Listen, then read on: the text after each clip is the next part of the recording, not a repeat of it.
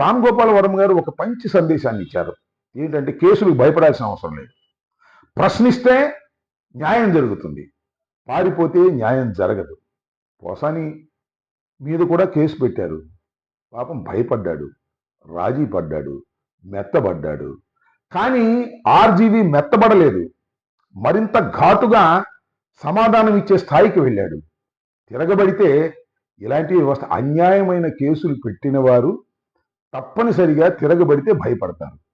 రామ్ గోపాల్ వర్మను భయపెట్టాలని ప్రయత్నం చేసినటువంటి ప్రభుత్వం చివరికి రామ్ గోపాల్ వర్మను చూసే భయపడాల్సిన పరిస్థితికి వచ్చింది అంటే మీకు అర్థమవుతుంది రెడ్ బుక్ రాజ్యాంగం ఏ విధంగా ఇక్కడ నడుస్తుందో. అసలు రామ్ గోపాల్ వర్మ మీద ఎందుకు కేసు పెట్టారంటే ఒకటే చిన్న విషయం.